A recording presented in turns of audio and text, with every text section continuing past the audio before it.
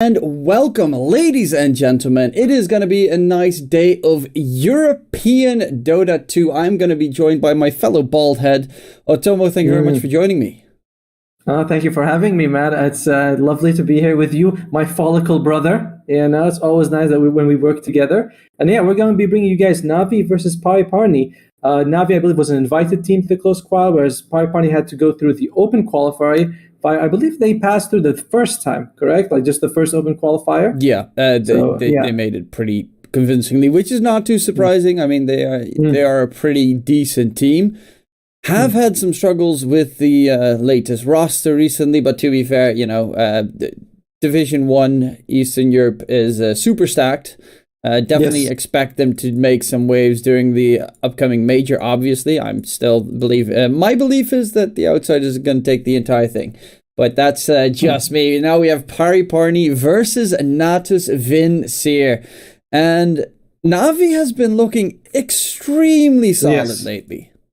Yes, they have. I mean, which is great, Navi is back. We've been saying that for almost a decade now. But I mean, they go in and out. I remember at one point they had to sort of switch their roster. They had like a period where they're doing really well, like 2020. Then they swapped rosters, but now they look good again. And I'm glad, it's glad to see one of those old names succeeding again. By the way, going back to your point about outsiders in the Arlington Major, that's if they can get there.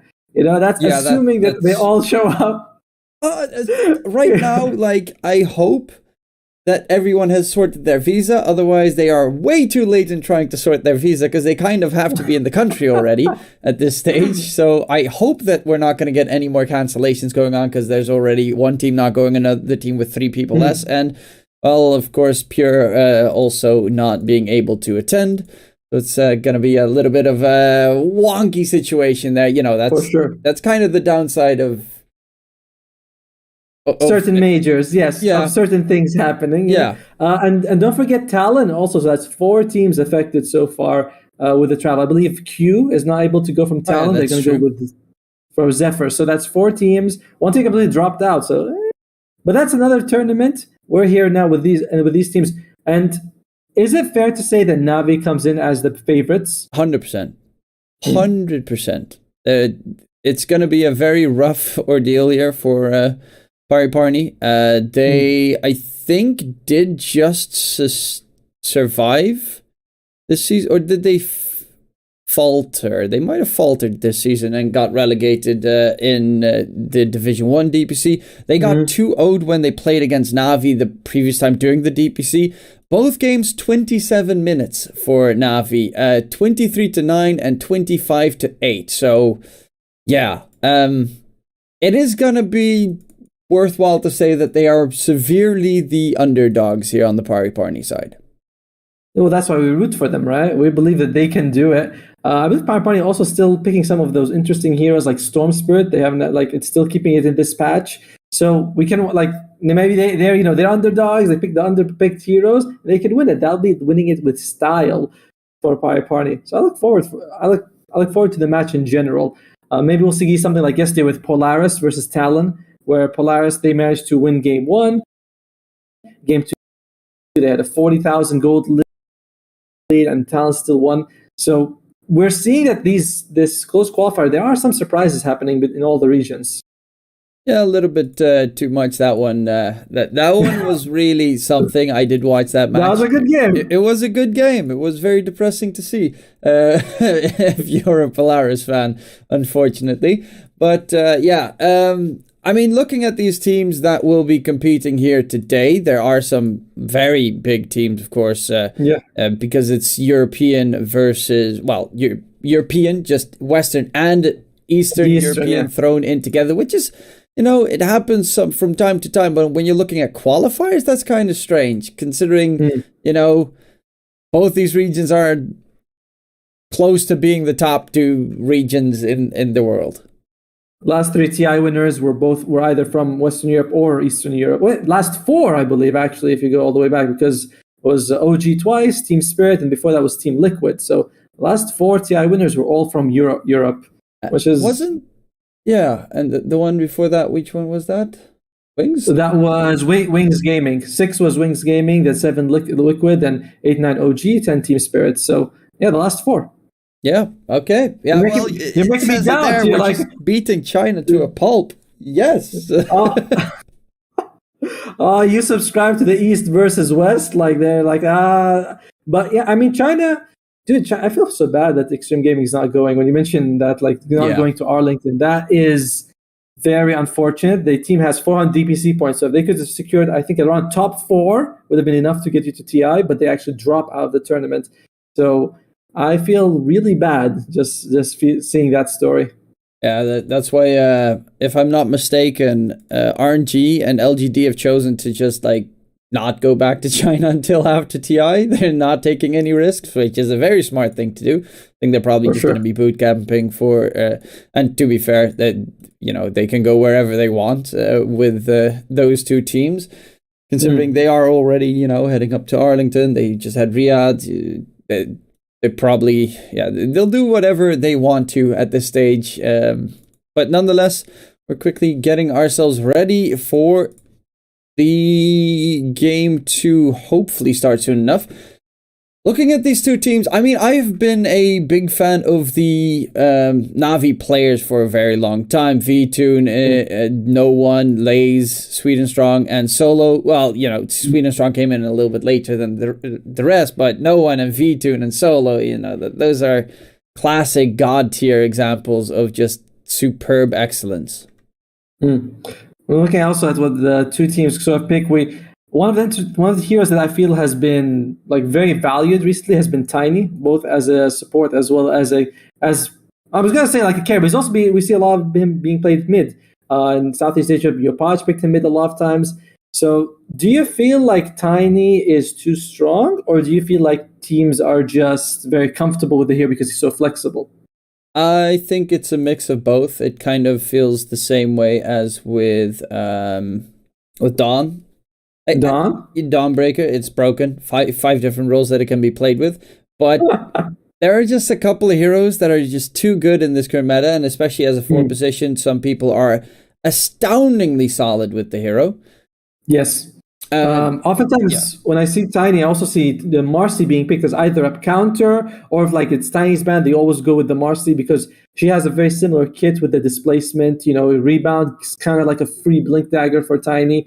So, for the Marcy. So I do feel like these two heroes, they're both very popular, and they might be one of those contested heroes, especially because I think PARNI actually picks Tiny a lot. Sorry, no, Navi picks Tiny a lot. So that might be a hero that could be, big factor in this series. Yeah, Tiny is always a very reliable hero to work with.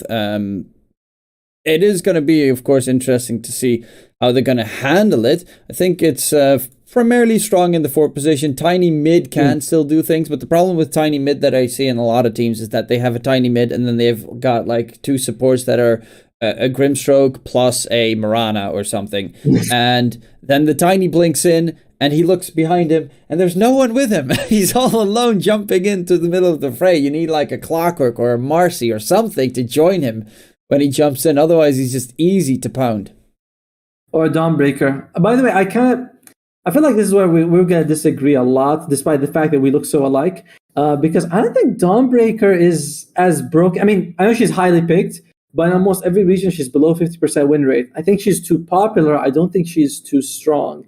And yeah, but win percentage, it's... If everyone picks it, win percentage doesn't really matter. I don't really... Yes.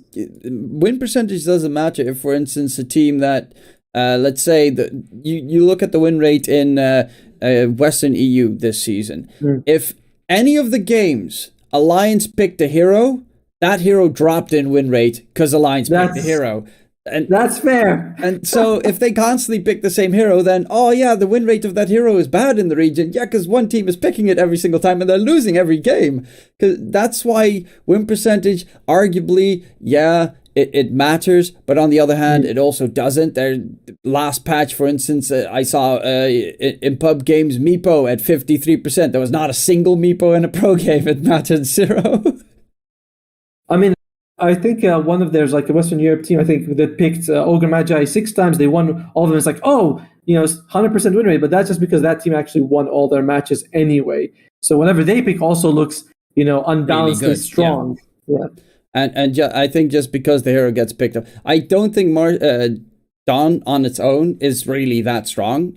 To be fair, I think Dawn needs Clockwork or a Tiny, someone to initiate the fight, so that Puck. or Puck. Well, even Puck needs more. Puck can't do it alone. Puck needs help behind it, because if Puck just jumps in, dream coils, and then they turn around and hit him with a Skywrath Silence, Puck's still dead. It doesn't matter what he does, he's still dead. Speaking of Puck, we're going to jump into the draft, because I see a couple of heroes that, I kind of have to say that we were just talking about. There we have Puck, Dawnbreaker, being picked up on Navi. They know the meta. They know what's strong. Oh, what's more? I think the most interesting thing is that there's a bounty hunter ban by PARI. They're like, bounty hunter exists, everyone. We think that he should be banned as well, which is kind of surprising. This hero, and basically every role is kind of considered pretty bad. I rarely see him win or do anything, but PARI bans. They do go with an Assassin classic counter to both the Puck and the Dawnbreaker, more so the Dawnbreaker. To every spell of hers AoE. Puck a little bit harder to lock down, but still good with the Spike Carapace. Yeah, it's not a bad Nyx Assassin game, but then again, in this patch, most of the games are bad Nyx Assassin games. Even if you counter the Dawn necessarily, like, that's one of the weird things. Nyx Assassin just feels, he can do a lot, but he also feels so weak because there's so many detection tools out on the map. Everyone has 50 million sentries all over the place these days, so really catching a Puck off guard, a Puck that is also no one off guard, is going to be primarily tough. And also, you don't really counter the Dawnbreaker that hard. It is Radiant's ban. Another sort of issue I find for the Nyx Assassin is because the laning stage is kind of getting a little bit shorter. So we're not saying as many 40-minute games. Games tend to be settled by like 25 minutes. We kind of know which one's going to win. Then they just sort of take 10 minutes to finish it out. Nyx Assassin being useless in the laning stage, the first time, is like he's useless for like what? A third of the game in most of these games. He just does nothing. So I think that's another like nail in the coffin for why Nyx Assassin isn't doing so well. But he's being picked. Maybe PARI will show us what he can do. Am I crazy, or does it say best of 5 in this? I think that might be a tiny bit of a mistake, though. Ah, no, they're giving us some extra love here. Thank you very much, ESL. Give us that best of 5. We want a solid amount of games. Okay, we get to see the Crystal Maiden.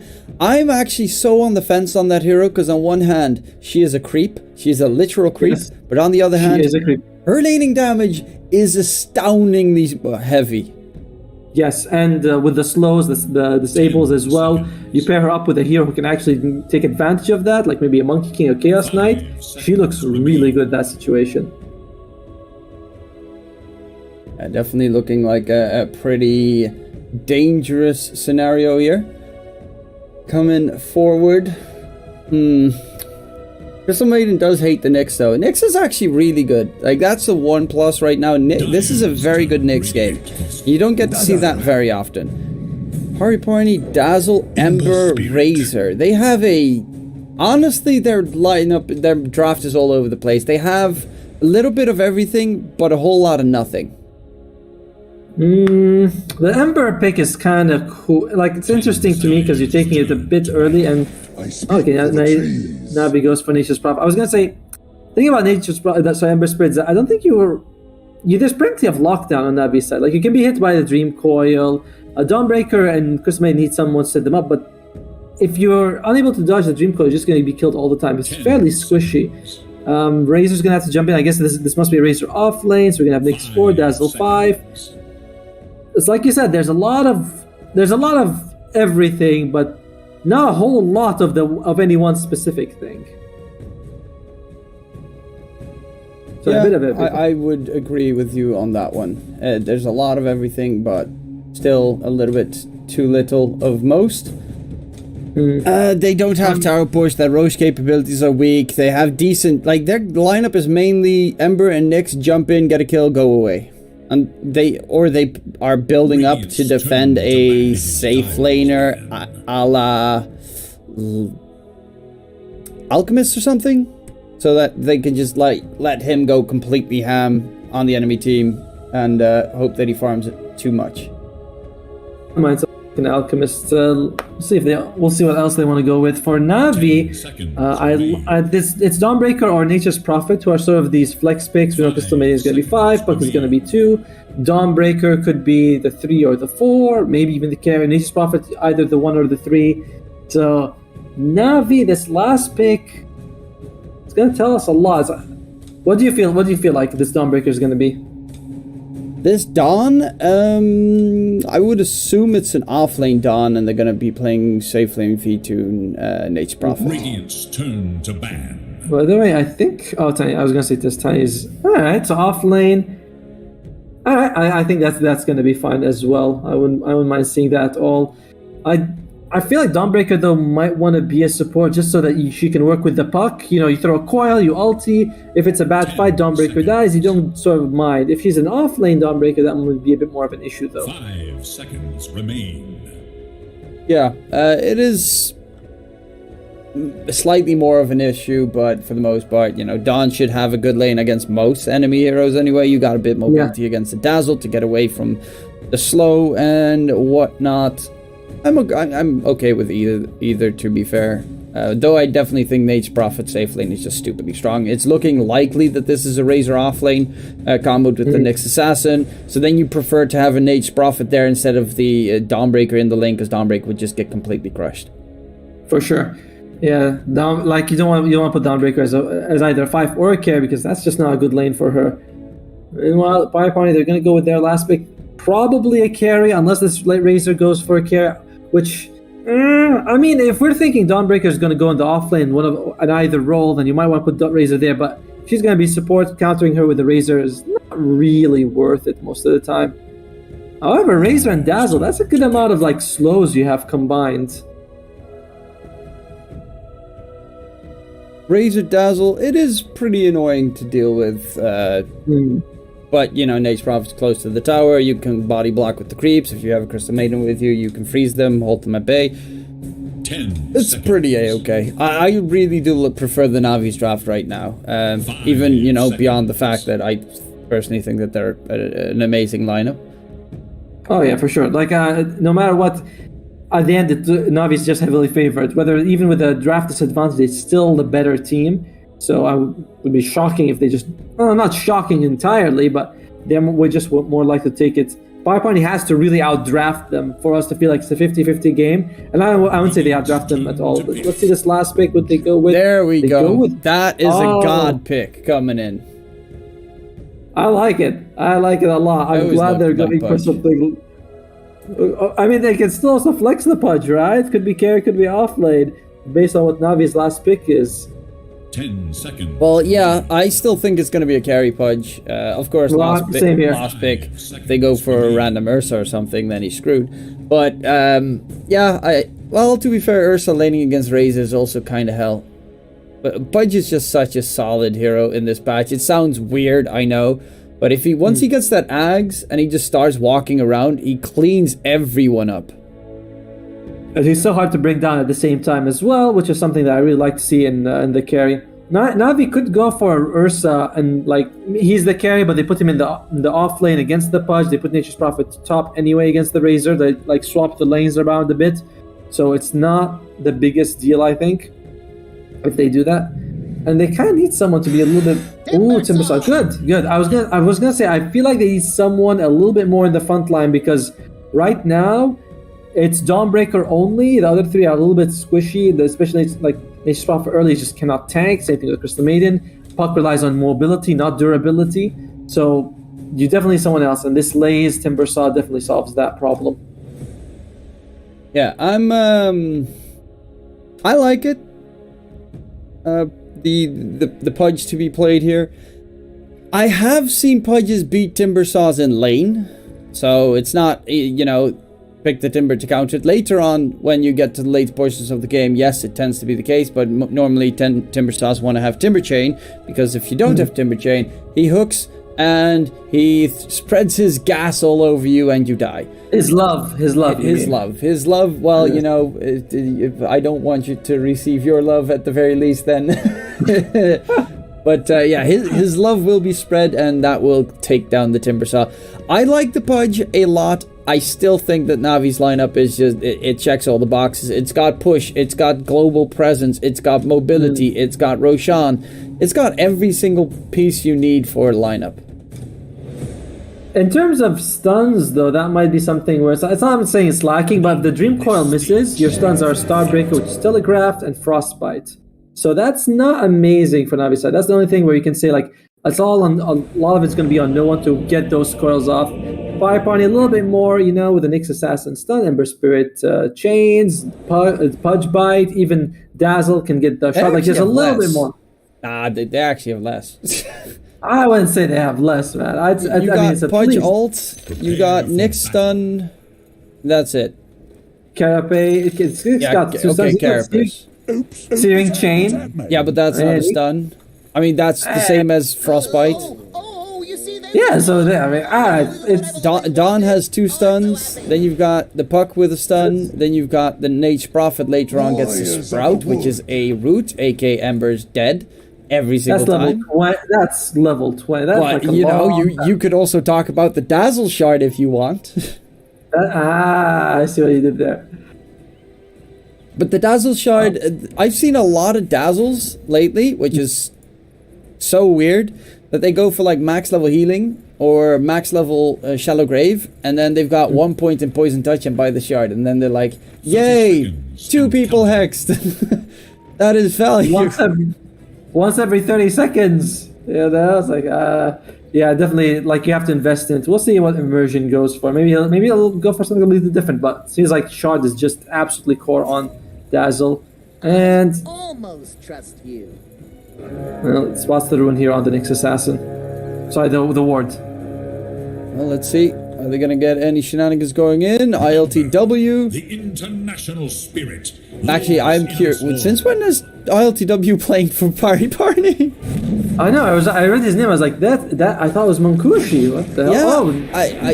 You know, maybe we're not completely up to date with all the player changes. Well, we will see ILTW being the first one to die this game, so not the best of first performances. Yeah, I mean, even well, to be fair, they don't even have a Wikipedia page on PARNI yet, but it says Mankushi is the person registered for this tournament. So I don't know if this is a name change, but it's actually ILTW. I mean, it has to. This is his official name. His right? Yeah, so there's ILTW. I like to win, baby. Yeah, and that's why he's playing Pudge. Oh, it looks like they put the Razor bottom here against V2's Nature's Prophet. And you like this. You think that it's going to be relatively fine for the Nature's Prophet. He's not going to be bothered by the Razor much. He's got insane attack range. You can summon the Treants to annoy him as well. Use those to last hits. They've got the Nyx Assassin stun, but unless you hit a godlike Wrath of Nature Spike Carapace, you should never get a stun on the Nature's Prophet. Yeah, he should be fine. Solo's going to take a few hits, though, but that's going to be his job anyway, so he's not going to be worried. And Swedenstar, I was going to say, this is a position 4 Crystal Maiden, a position 5 Dawnbreaker, by the way. Crystal Maiden, I've seen a trend a little bit where they go with the shard, giving her a little bit more farm priority, which I like. Not so much in this game. You're up against Spike Carapace, though. Yeah. Well, you just run. You're in a 4 position. You get BKB. It's that simple. Easy. Mission complete.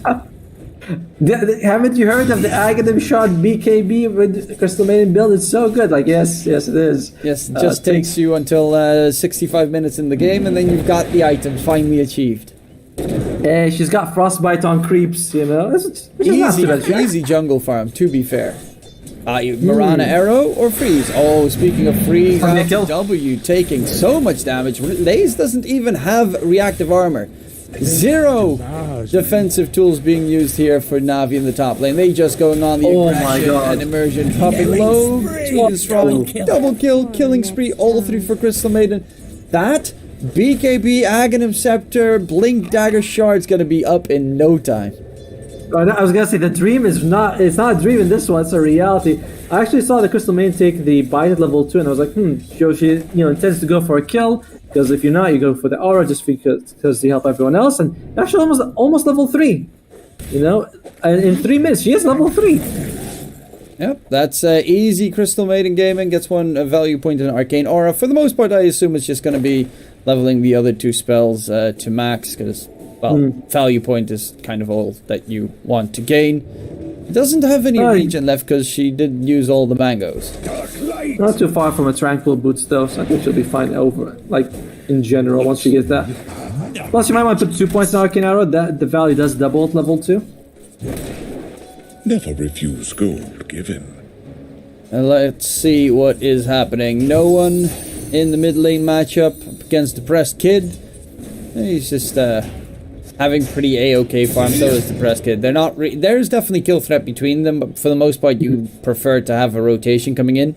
Otherwise it's banking on the enemy's mistake. Crystal Maiden, Nyx Assassin, both of them can be exceptional to catch him out. For sure. A prize. Well, and so far the lanes are, well, apart from the deaths on Pudge, you know, the CS is generally pretty even across the board. No one's really pulling out too far ahead. Although Razor's got 6 denies, which is plenty for him. Yeah, that's not too bad. Razor offlane. One of my favorite things on Razor offlane is if you get a reasonable time, like BKB and then Blink to get the static link on the backline. The problem is, normally that's when it's a strength hero and such. If you blink in on the Nate's Prophet to get a static link, you have to dive in pretty deep most of the time, and that it feels weird to try and counter out the NP. The best tool they have is most likely just Pudge Hook. Yeah, which is going to be pretty difficult with all the treants in the way anyway. And in general, it's not like you have a great static link combo. Oh, Solo's taking a few hits, but I don't think he's dying. Yeah, there's no real static link target in this game. Getting on the Nature's Prophet is going to be pretty tough. Timbersaw doesn't care. Puck is going to be impossible. No, Sweet and Strong. Oh, he's got those magic wand charges. Gets himself away. Easy peasy. How does a Crystal Maiden with the Dazzle Dot and a Pudge Rot on him walk away from that? That should not be possible. The Wolves of Icewreck have been working out or something, because she's as fast as them. And oh, but Immersion, he might be losing his life here. Even though it's like one of the slowest heroes in the game, she's literally frozen in place most of the time. Dodges a hook, Immersion. Shallow Grave, level 3, not really what you want to have at that stage. The kill comes in. Ace does have 2 points of reactive armor, so now he is reasonably tanky. Oh my god, that Pudge damage is remarkable. Pasha. Yeah, V-Toon's keeping in, catches him in the Sprout. And he's trying to suicide underneath the tower, but it's looking pretty good on the side lanes for Navi.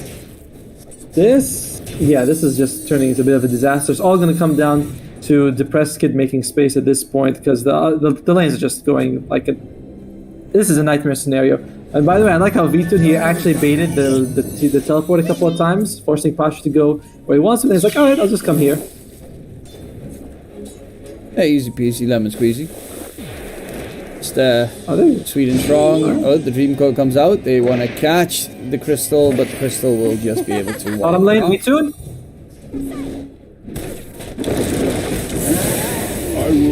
Sprouts himself up to just hold on for dear life for a couple of seconds longer. The moment he respawns, can go for the teleportation anyway, so not too problematic. Don't know why he has his 2 TPs on the courier, but okay. The problem is just, I don't know, wouldn't want to spend that reliable goal. But either way, PARNI finally get on the board with their first kill of the game. And much needed, honestly. Yeah, it's looked a little bit rough. The only difference is that Sweet and Strong is slightly more farmed than the enemy supports. And the Press Kid's actually really farmed on the Ember Spirit. Full Orb of Corrosion already done. But they're going to need him to rotate soon. And the problem is, you can only really rotate bottom unless you're willing to, you know, sacrifice your time for just a CM kill. Because that Timbersaw is not going to die. And the moment Timbersaw gets to level 6, he even has a kill threat upon you if you run out of your Fire Remnant. So you're pretty much reliant on ganking bottom. And V-Toon is keeping that lane pretty much in his favor most of the laning stage. Yeah, staying close to the tower so he doesn't want to be caught, like you said. And of course they'll know if the Ember Spirit's missing at any point. I do think they might be able to get Timbersaw though, like if they have ILTW +1, but he is very. I mean, he's maxing out reactor armor. He's gonna be very hard to bring down. But he has a bracer as well as a magic wand. It's gonna be slim pickings for the Depressed Kid, but we'll see what he can do. You know, he is on Ember Spirit. This is one of the best heroes to make space with. He does need a certain change point, though, to make that happen. Next is going to get caught. No one can get the kill. Actually, there's going to be a chase in from the Depressed Kid. Slide the fist. He is 4 mana away, 4 experience away from being able to level Searing Chains there, so Puck just jumps away to safety. And the Depressed Kid, a little bit sad for the time being. He's in trouble right now as well. TP coming through from behind. The kill goes for no one, and Immersion too far away for that Shallow Grave because it's only level 1. He's still level 3 on Immersion. Dude, Sweet and Strong is so good. He figured out that they won here. And, well, Sweet and Strong doesn't get the kill. Shallow Grave keeps him alive. V2 is actually in trouble. They went a little bit too deep. Massive TPs coming out. ILTW will find the double kill in mid. Sweet and Strong falls. 4 kill streak picked up. Immersion did eventually die though, but nonetheless, pretty good turnaround play for PARI because Navi, they're playing a little bit too wild. Disrespect. Yeah, just pure disrespect. They still got more kills out of that. I mean, they got the Nyx as well as the Dazzle and Ember Spirit, so they're not too too bothered. But infinite charges points, my friend. Infinitely scaling. That's true. He does have that 3 extra strength. He's gonna be pretty happy with that. And he's also, I like what he's going for. You know, I mean, this commentary, the Hood of Defiance into the Phase Boots gives you a bit of armor, a bit of magic resistance, making it pretty hard to bring down. Which I think without the Timber Saw, it is pretty hard for Navi to bring down this Pudge. Even without all those kills advantage that Navi have, and the tower that they gain, the net worth advantage is still less than 1,000. The cores are very close. ILTW is only 400 gold away from that Timber Saw, mainly because the Crystal Maiden stole all the kills, but that's beside the point. Well, Nyx Assassin, the Depressed Kid, they're really trying to do something bottom lane. This is very deep.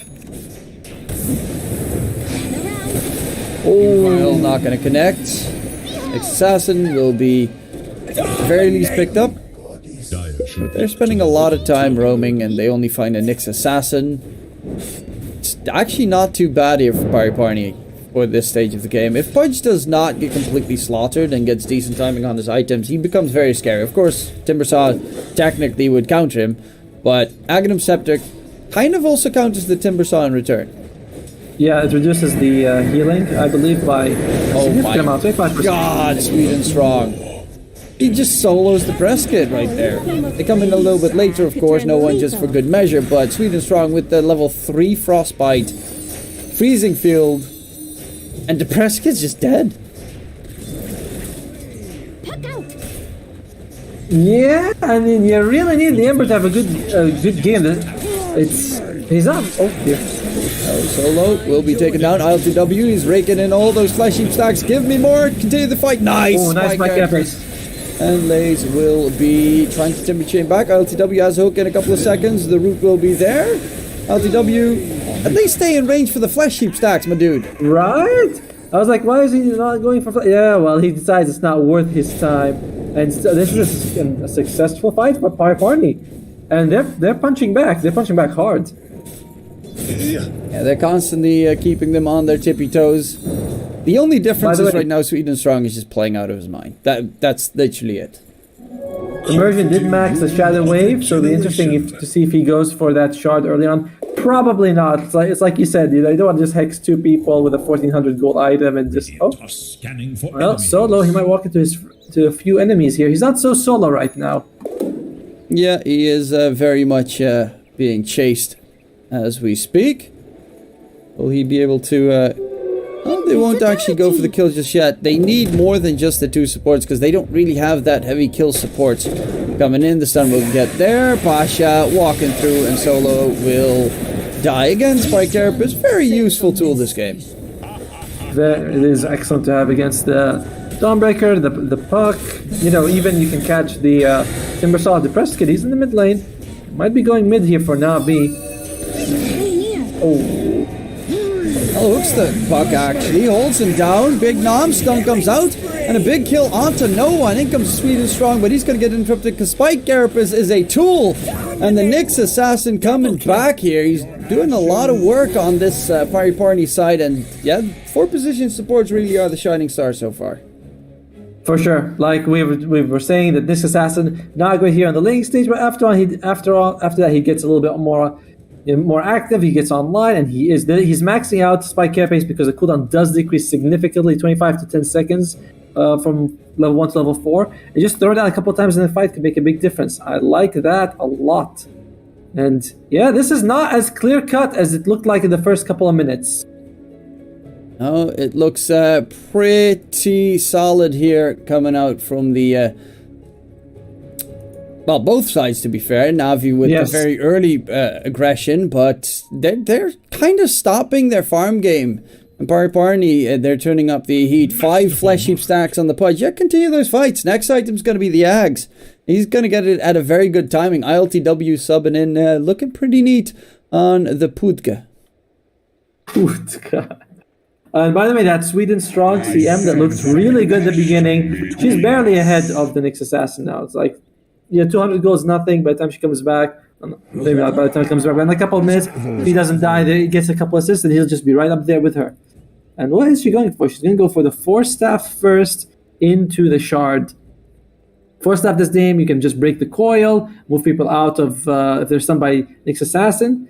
So, solid item. And I do like how ILTW has been playing this game. He's been getting a lot of these crucial hooks and catching the puck and biting him just now. That was a big deal. That was what really won them the fight. Yeah, they kind of need the puck to be the one to interrupt that exact nom, or the Dawnbreaker, possibly with the Starbreaker, or with the ult, but again, that takes quite some time. So, yeah, if the Pudge catches the puck is most of the time dead. I think, actually, have we seen a Solar Guardian in this game? I don't believe we have. Don't think so either. No, and he maybe just would have gotten level 6 as well on the Dawn. Didn't have a very good time, plus it's a position 5 support, so most of the time you don't really get to do anything in the earlier portions of the game. You're just there throwing out your hammer, and then your safe lane, Nature Prophet says, get your filthy hands off my creeps. Well, speaking of Nature's Prophet, he already has the Maelstrom here. It looks like he's just split pushing. Even in that fight earlier that was happening mid solo, he was like, Sweden Strong was like, just like he making lines like, go to the tower, take the tower, take the tower. But this tier 1 bottom still full health. So we'll see how Vito's gonna play this. Very decently active, involved in 4 kills. Well, Nyx creeping up right behind Vito, and he's just gonna be chasing him down for as much as he can. Rotation comes out, smoked up heroes here on PARNI side. That's a good break from Sweden Strong. However, the Nyx Assassin misses the stun. Ooh, V-Tune should be able to just TP out, and that's exactly what it was. Missed the Searing Chains. That would have been pretty nuts if he got a Searing Chains on like the 3rd hit. That Nyx Assassin, I'm a bit too eager, I think, with that stun, and cost them the kill. But they do get Pasha in the meantime. Sorry, they lose Pasha in the meantime. Yeah, no one gets a kill onto Pasha in the bottom lane. Solo still hasn't popped his ulti, but that does help. The puck needs to get his Blink Dagger to be a lot more elusive. Lays on the Timber Saw is going Kaya Sanj. Cancelled his build up towards that Lotus Orb that he previously wanted to build. Even though Lotus Orb, it's a pretty solid game for it. In the meantime, Solo, the Press Kid wants to get the kill on him. He does have the DD rune, he pops it for that, but isn't able to kill him in the end. And yeah, Lotus Orb this game, there's very rarely a game where the Lotus Orb is bad, so there's nothing wrong. Yeah, but it is good. That's a whole different story. It's a good game for Lotus Orb. Yeah, that's the Press Kid though. He had the best laning stage, and right now he is poorest of all the cores. Pretty much has stopped his farming frenzy, though they're looking for V-Tune. In comes the Nyx Assassin, Smoke God's broken. There's still a Sentry Ward, he's trying to get the catch. V-Tune gets rooted, gets stunned. Do they get the kill? Yes, they do. Heal comes up to join the fray, snap the coil, coming in. Do they get the kill onto the Press Kid? Yes, they do. Could not jump towards his Fire Remnant.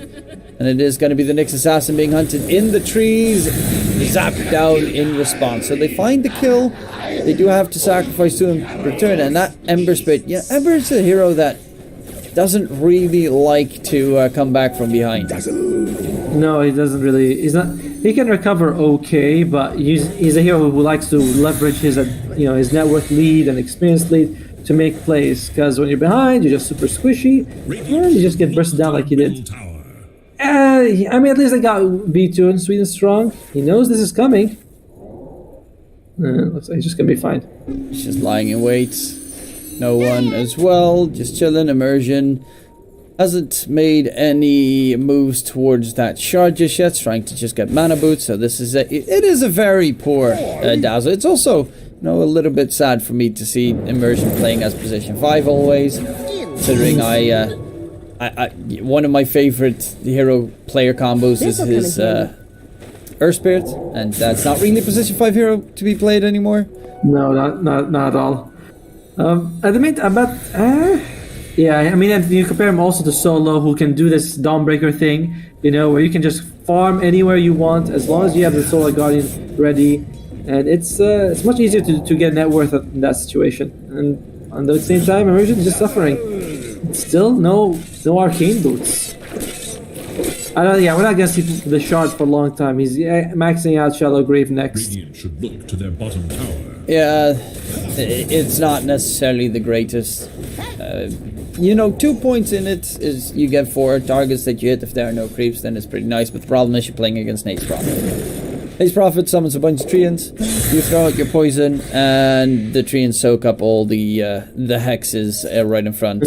So that's like the one big downside that he will have to contend with. But then again, he kind of also needs more lockdown for this puck, which well, we did briefly talk about it previously. The lockdown on both sides is kind of lackluster. Do you think either side has a huge advantage late game? Like, let's say we go to 50-40 minutes. Is there any side that you favor just based on pure draft? Yeah, Navi, because they can split push like crazy with that Nate's Prophet. And the puck as well, put the creep waves the entire time. Even the Timber Saw. Like, they're very mobile on Navi's side. I think they have the advantage when it goes to late. And you can actually even see that, like, no one just pushes top all the way to the tower, TP's back, and he's gonna be fine. Already pressuring all lanes like that. Dawnbreaker, is he gonna be alright? Solo? Static Link, slowed down. Posh trying to chase him down. Very lengthy chase, but gonna get frozen in the meantime. Lay's walking through as well. There's a Pudge with his Ags now done. Look at that range. Look at that damage. Lay's needs to get himself away. They do manage to get the kill onto Pasha. Pudge taking some damage, but some is not a lot. The puck's gonna get hooked up. They just don't have ways to lock him in position afterwards. Now, LTW is still pretty much full health walking about. You gotta be very fearful of this Pudge right now. A couple of seconds next to him and you die. Unfortunate by Immersion. He had the Shallow Grave, kind of saved a little bit too long, and Pasha had to pay the price. Oh, that's a stun. They can get it. Nice. That's a nice hook. In comes the Heal Bomb as well. Gets cancelled by the Spike Carapace, obviously.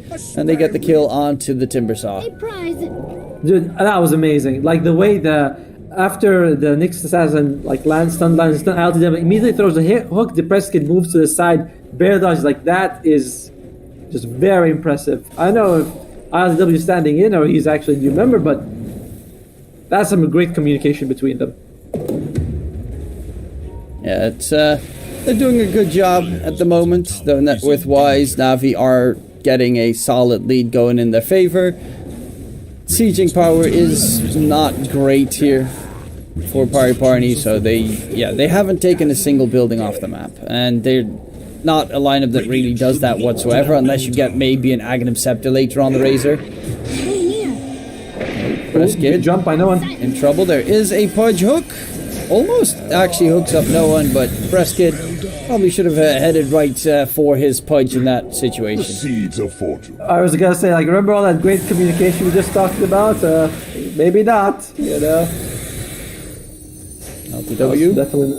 Oh, that Spike Carapace could have gotten a possible hook on the puck there. Dire's bottom tower is They're slowly losing in terms of net worth here on the PARI side, and that is a scary prospect. Pasha Well, they're keeping up in that regard, but it's just mainly immersion is so incredibly poor. The lack of poison touch also makes it so that he can't really farm any jungle camps, while, you know, when there's a free jungle camp to take. And another one's also Depressed Kid top lane. Oh, well, we're gonna lose next time, that's fine. Depressed Kid's also a little bit under, like, quite a bit under farms compared to something like the Puck, who's just top of net worth. So these two heroes, you know, the Ember Spirit and the Dazzle, like they're not heroes that like to play from behind. You know, if Dazzle's team is behind, you jump on him, you try to get a kill, and he just can't. Like he might save someone, but someone else just dies in their place. It's like, what's the value of the Dazzle pick in that situation? Yeah, you also do have a severe lack of experience on the Press Kid currently. It is a Roche attempt here. In the pit they go on Navi side. PARNI, they're way too far away to even respond. They're just trying to focus on some structure. So the first innings of the game should freely go in favor of Navi.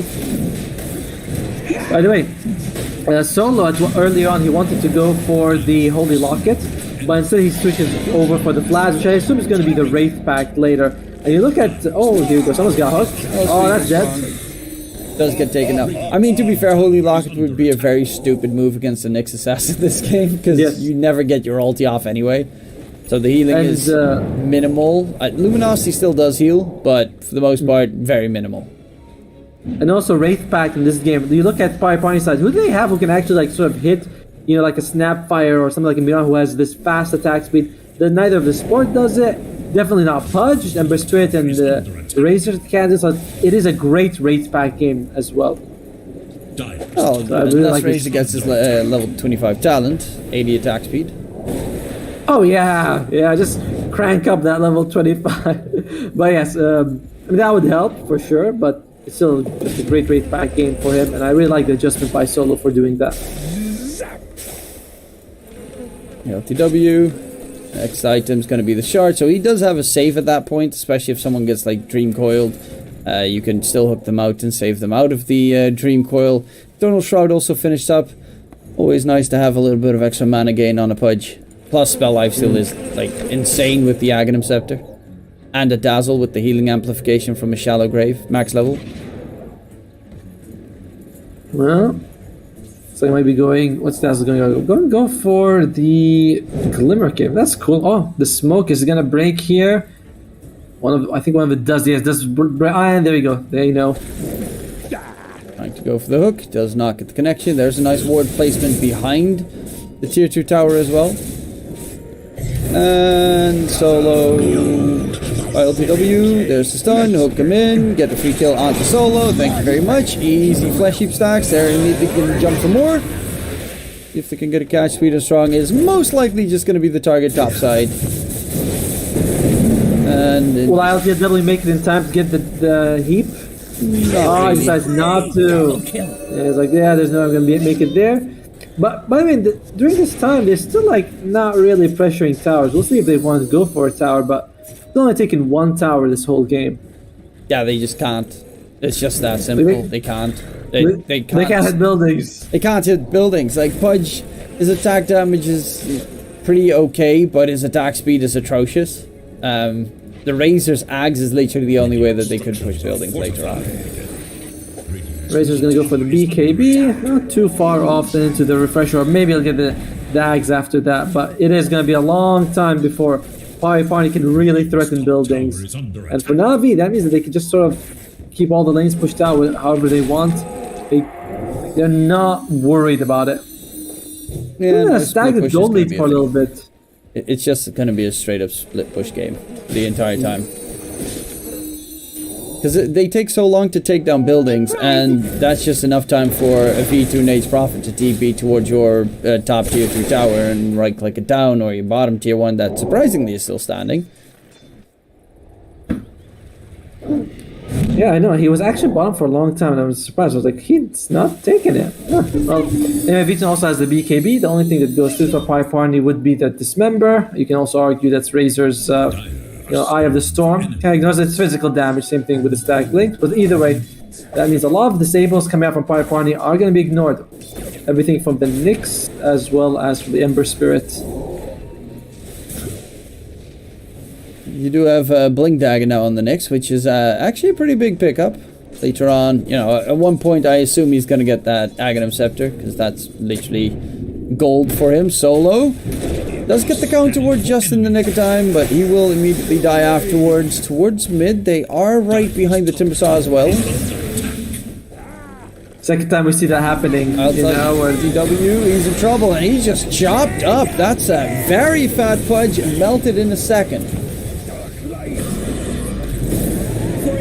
Buyback actually coming in. They already use Spike Carapace. This is so well done by Solo. He waits for Spike Carapace to be used so that he can rejoin the fight. They did still manage to get a kill out of this fight, though. They need to disengage. The Breast Kid with the Shallow Grave should be able to stay alive for a little bit longer. Solo's just going to die back here. And a buyback coming in from ILTW. They already kind of won the fight. That buyback was not really necessary. Yeah, that was a bit weird. And it's not like a cheap buyback either. He had to use 1,000 gold. Holy crap! But deciding that he just needs to get back into the fray, get that experience going. Okay.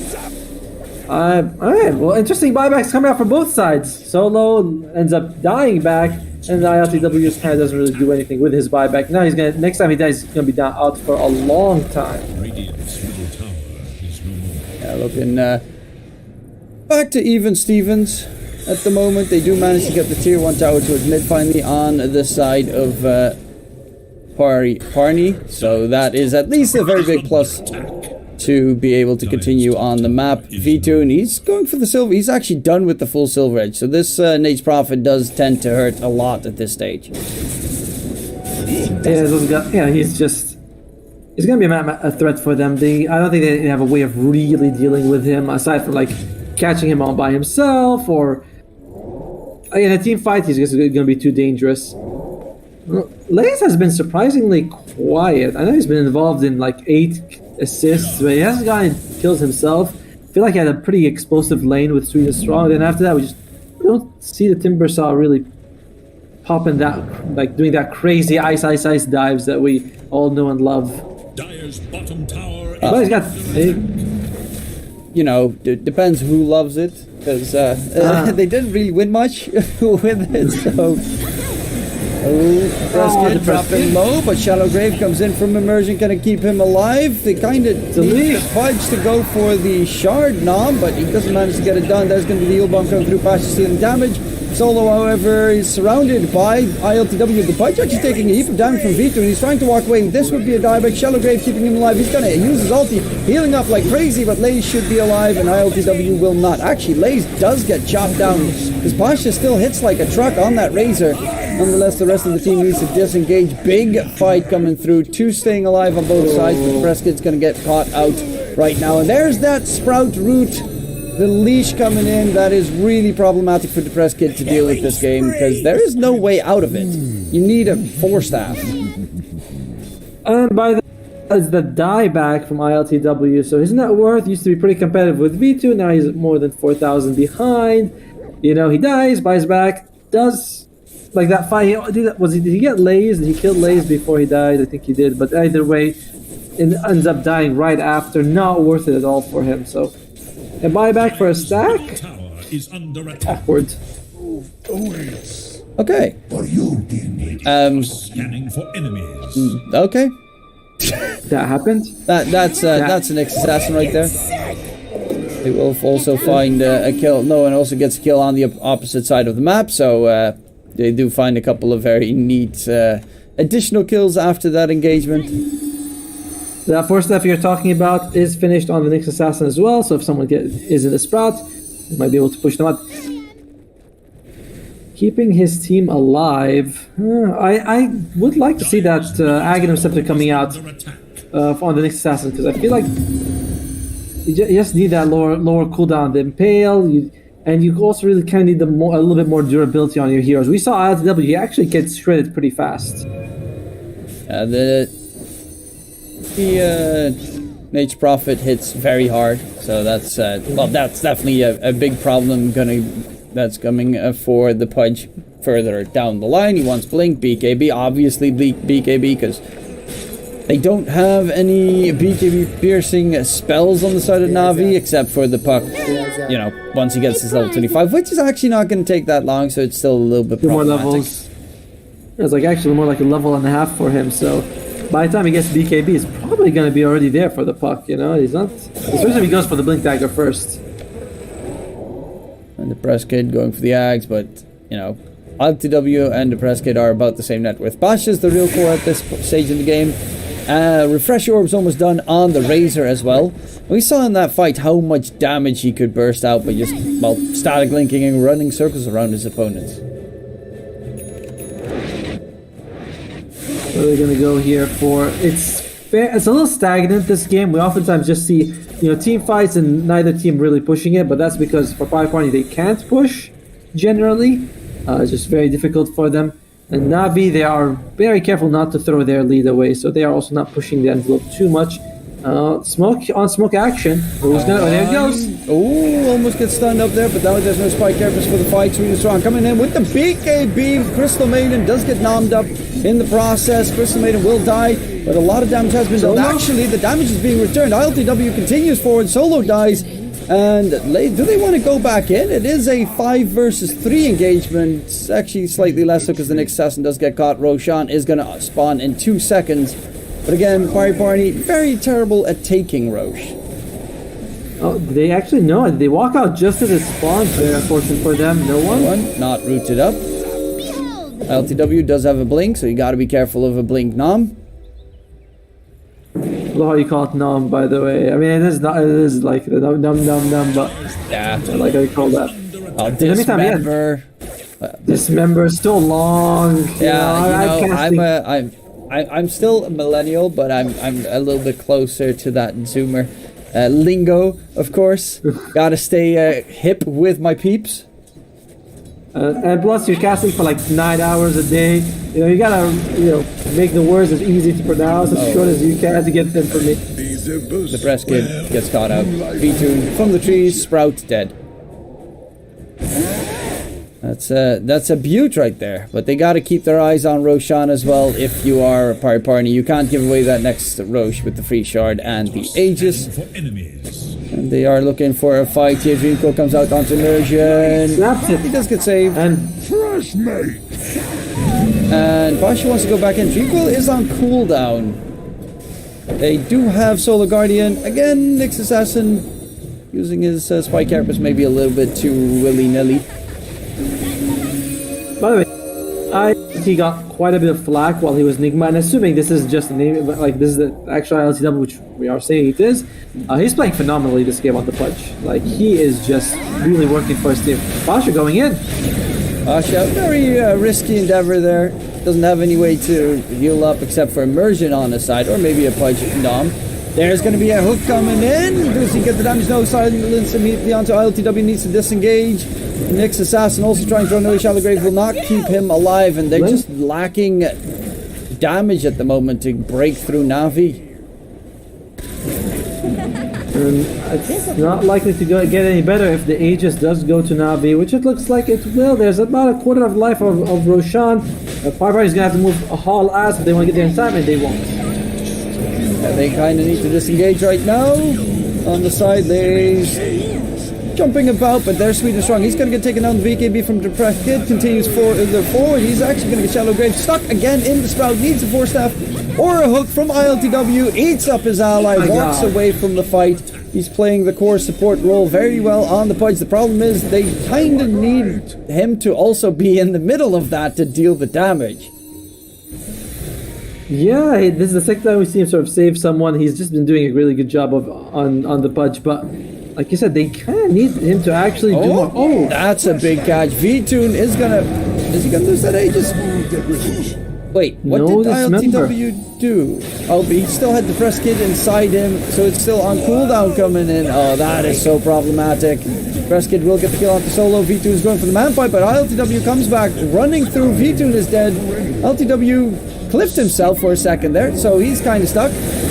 Big mistake, doesn't have spider legs for a second, and ILTW, why do you cliff yourselves, my dude? V-Tune now being chased by the Press Kid, doesn't get the damage in for V-Tune. They have the Invis.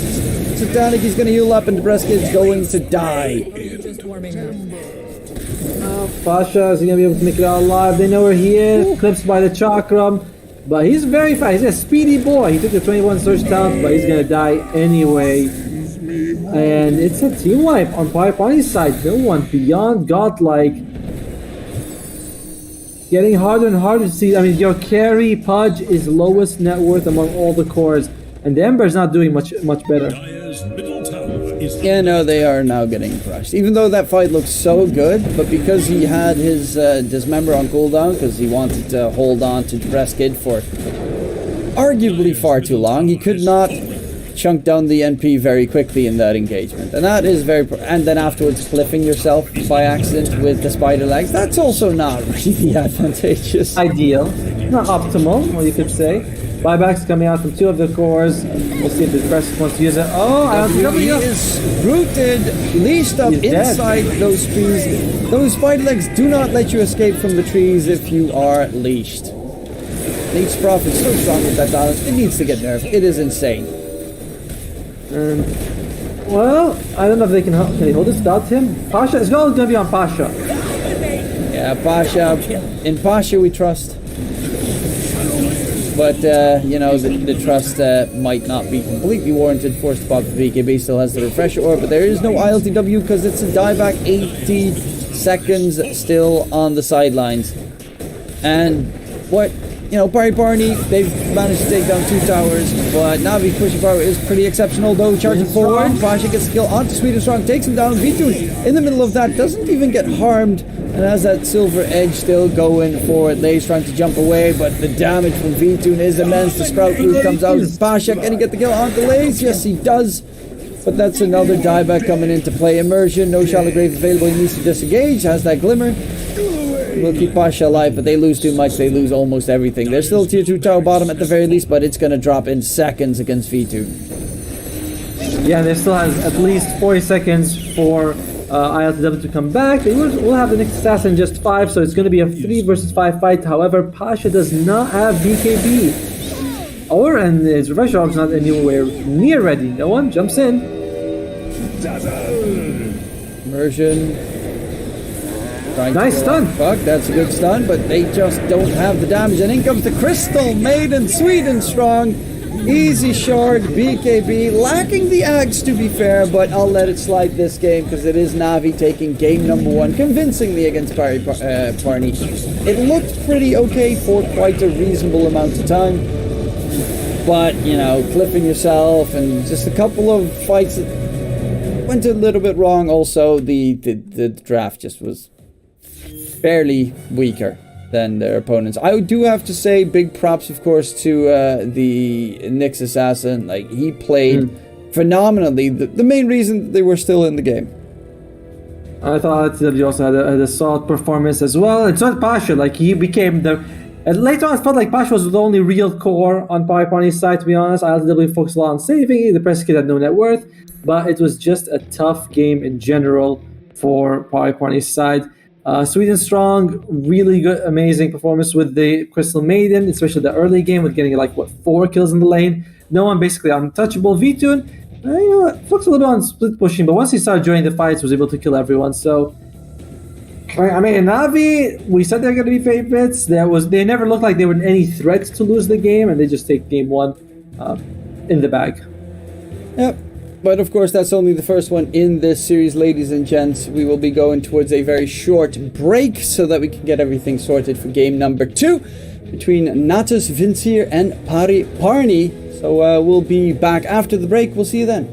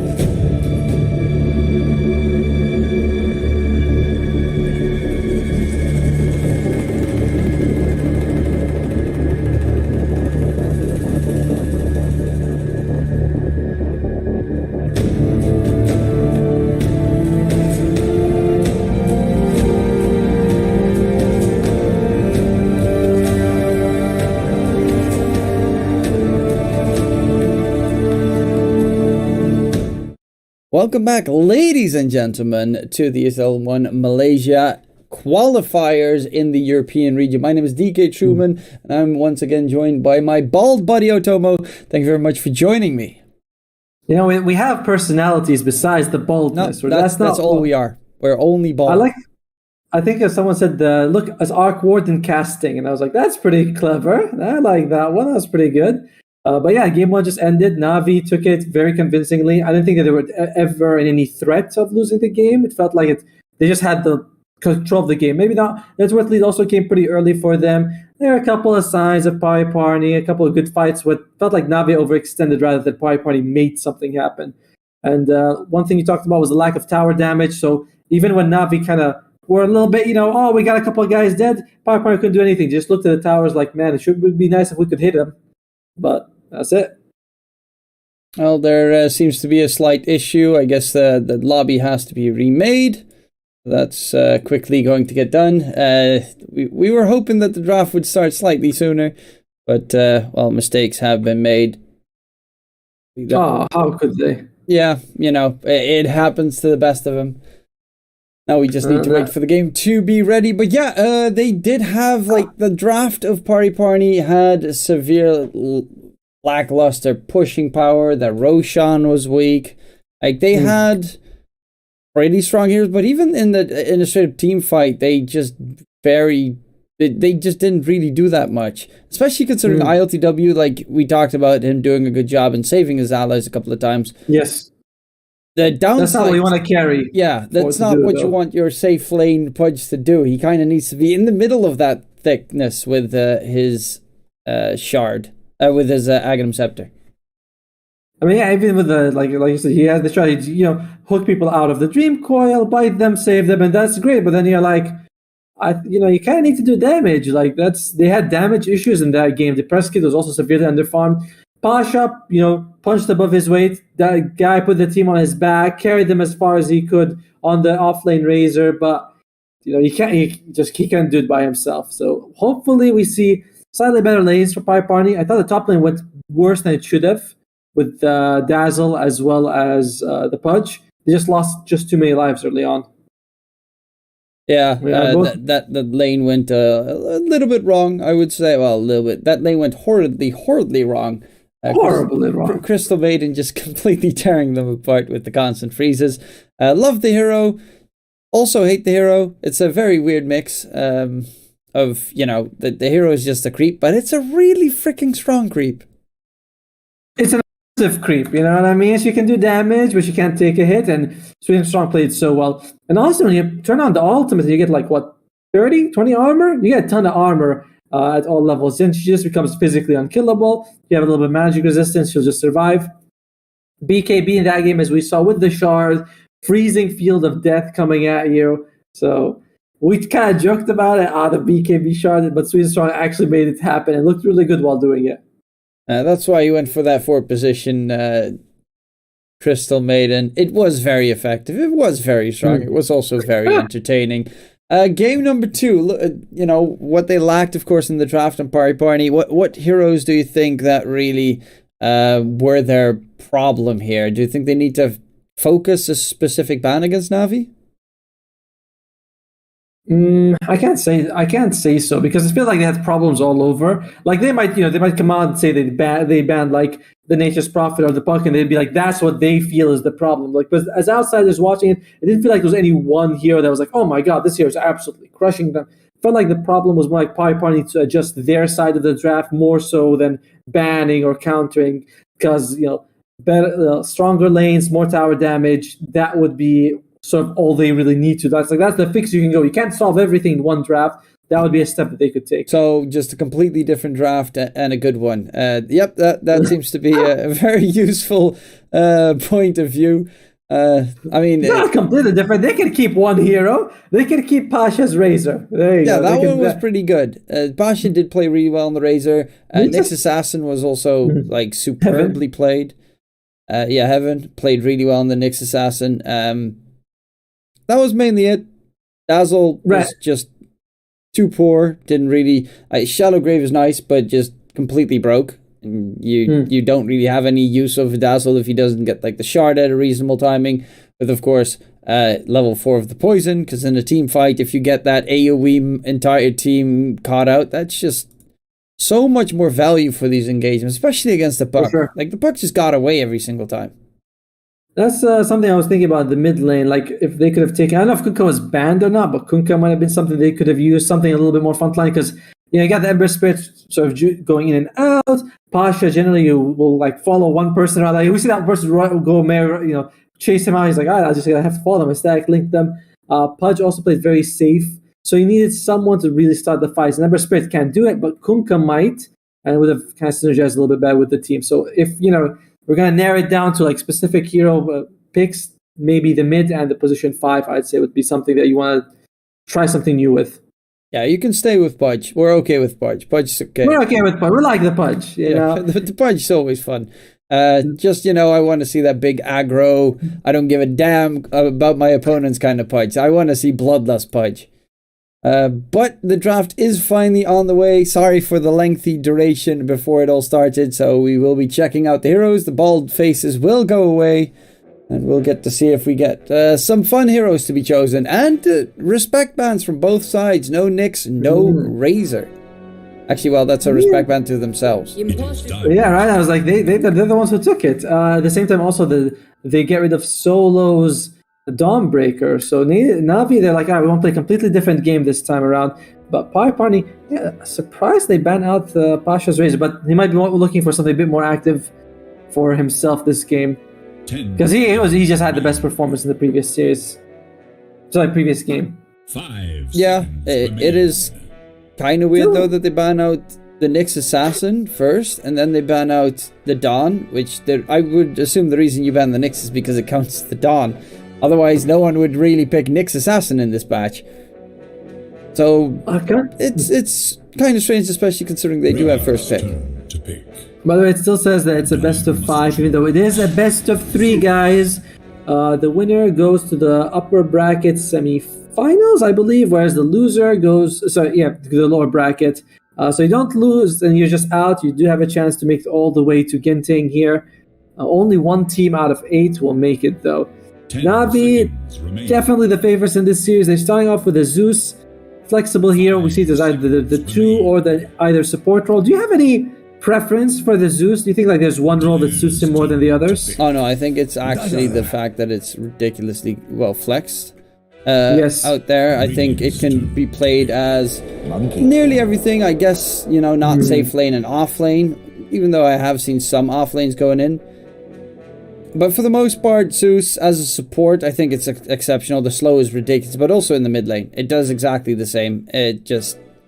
You can't really catch the hero anymore, and that was always the big weakness. That's why you picked like a Clockwork against Zeus, because Zeus was the easiest to kill hero if it was a mid laner, and right now it's just he bunny hops away. Yeah, he does. I think I prefer him as a support, honestly, just because you do a ridiculous amount of damage. So why not just do that as a support? But he's got value in all the roles, and we can see that Navi, they love the hero, and why not? Like, Zeus is just absolutely phenomenal. By PARNI's side, they go with the Dazzle as well as the Monkey King. We didn't love the Dazzle last game. Maybe Merish is gonna do a better job this time, but paired up with the Monkey King, I kind of feel like I'd rather see the Monkey King with something that has a stun most of the time, but it's a solid slow, so it's not too bad. And there goes no one's puck, so he's gonna be very likely to support Zeus. I was thinking maybe you could play the Monkey King as a 4 position, which a lot of teams tend to do as well. You get the jungle scouting going on. It also feels like that is a hero for heaven, considering he likes playing those scouting supports. We saw it on the Nyx Assassin last game. The only downside is Zeus and Puck are really good at hunting you in the trees. Yeah, I'm not sure how I feel about the Monkey King support. I've seen it work. It can be very successful. Yeah, I don't know. I think that I'd still prefer to see the hero in a core role. Monkey King, I don't see him as being a very flexible hero, because if the 4 doesn't know how to play him, they can look really bad. So you shouldn't play professional. well, I don't, so that's fine. But I mean, it differs per region, right? in South America, it gets played a ton as a 4 position. Actually, in some teams more as a 4 than a safe lane. And I like the vision gain. That's why I always like Night Stalker in this patch as well, because it's just pure vision that you get. In this case, the reason why specifically I would like a Monkey King offlane is also because you are up against the puck. And if you're in the trees, you can't dodge a boundless strike that you never see coming. Yes. That's like one of the good points about it. Bounce Like is just a very long range stun. And yeah, it would be pretty good to have against the puck. I guess I like the opening a little bit more this time from PARI. We are going to finishing up in terms of the bans, the Void Spirit, as well as the Skywrath Mage coming out. So Navi, they want to keep that puck as safe as they can with these picks, whereas PARI getting rid of V2's Nature's Prophet, along with the Bloodseeker. Well, the thing about Nature's Prophet is when you do the Nature's Call, you can bring down the Monkey King very easily. If you're low health on the Monkey King, you also can't jump away from the Bloodseeker because he can just see you. So you lose a lot of that, elusivity? Is that a word? That doesn't seem like a word. Elusiveness. There you go. Okay, I was already thinking, what are you trying to even mean with elusivity? I know. Hey, it's my second language, man. I don't speak English. But anyway, Monkey King. I like the bans coming out from the Nature's Prophet as well as the Bloodseeker, and it makes me think that this Monkey King is definitely going to be a core. Yeah, it's looking a lot more likely that that's going to be the case. Though Bloodseeker is also good against like tank heroes, and if they were considering to go for, I don't know, a DK mid or something just to stable against the puck, then you don't really want to play against a Bloodseeker either. Plus, in general, I think Bloodseeker is also top 3 strongest safe laners in this patch. So, getting rid of it arguably is a very solid choice. They ban out the Lycan, considering they're trying to figure out what hero they want to pick with the Bloodseeker ban. I'm thinking Basha Pango? I must choose. Yeah, Pango could. Wait, well, we don't have too much time to think about it. And they go with the Rubik. Alright, Dream Coil is always good to steal, not the easiest. Orb is good. Everything from Zeus is pretty solid. Alright. Although it feels like PARI has a lot of the same laning issues they had in the previous game. We saw Nyx Assassin takes a while to get online. Rubik, really doesn't start shining until he hits level 6. Sure, he's okay until then, but I just feel like a very level dependent, not so great support until he gets that spell steal online. Yeah, I mean, it has its pluses and downsides. I like the shard on Rubik a lot of the time. I'm just a little bit worried about PARI. When Zeus pops ulti, these 3 heroes are dead. Yes. All of them are pretty low health heroes, and look at that, the Bristleback comes out along with the Io, so we're feeling like it's a Zeus 4, Gary Bristleback, Io's gonna be probably with him, just holding his hand the whole time. The puck mid, leaving the off-lane pick for Navi to come last. 10 seconds. Dude, Bristleback, definitely one of the broken heroes in this patch. Absolutely insane that you can do so much just while holding 2 buttons. Just QW, and that's all you need to do. With that challenge, you do like plus 600 damage at level 25 easily. Yeah, Bristleback is very solidly strong and annoying to deal with. 10 seconds remaining. At least they're not amazing at dropping off those TA refraction charges. Puck, Bristleback take a little bit of time to get through them, so it's not a bad pick for the TA. And although I don't know how I feel about this TA pick.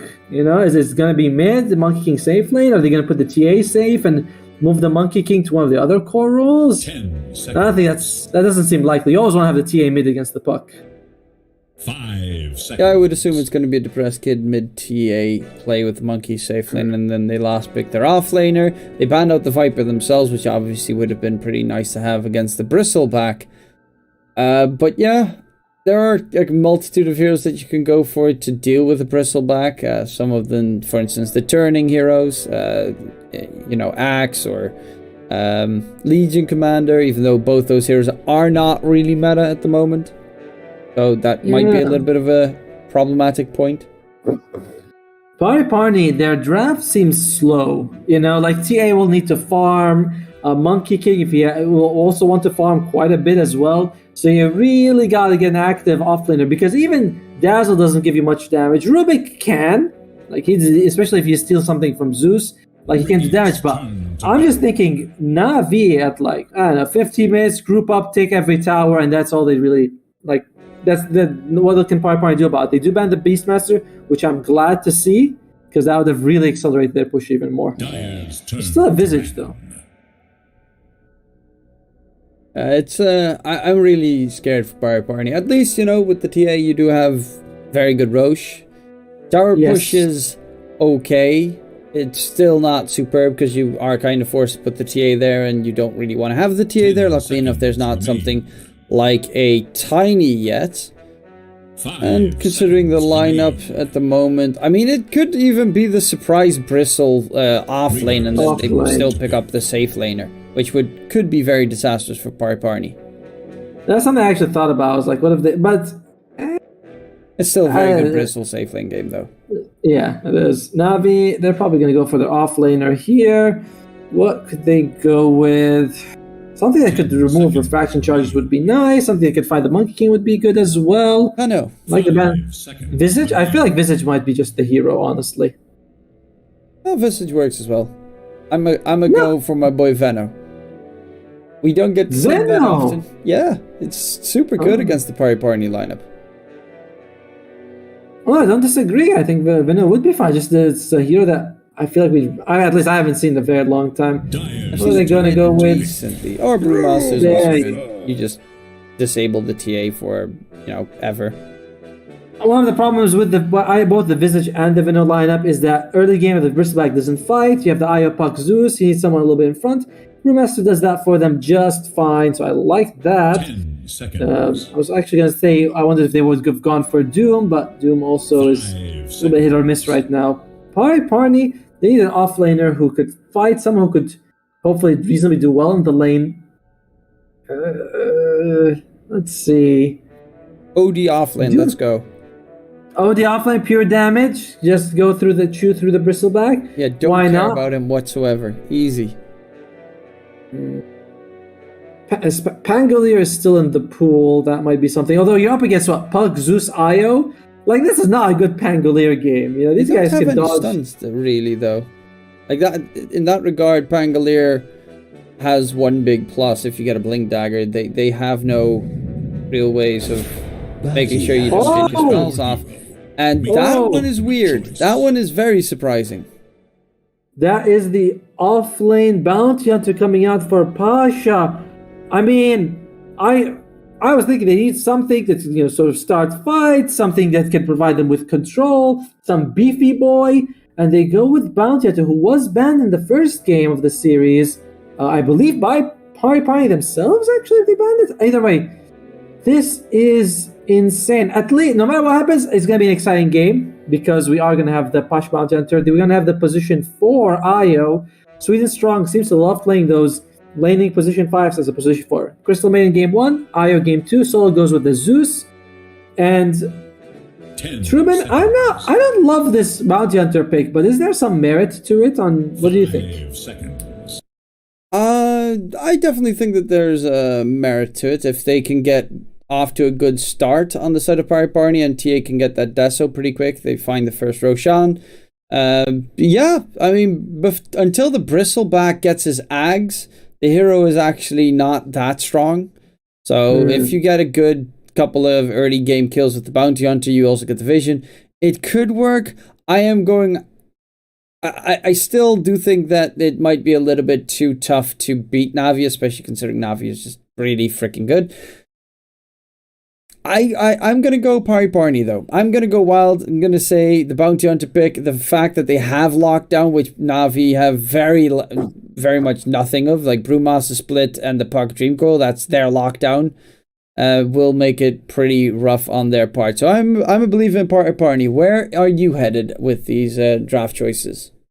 First, I didn't realize that we actually go back to us in between the draft, so that was whoopsie. Thank you. By the way, Truman does that on purpose because he's the one in charge of everything.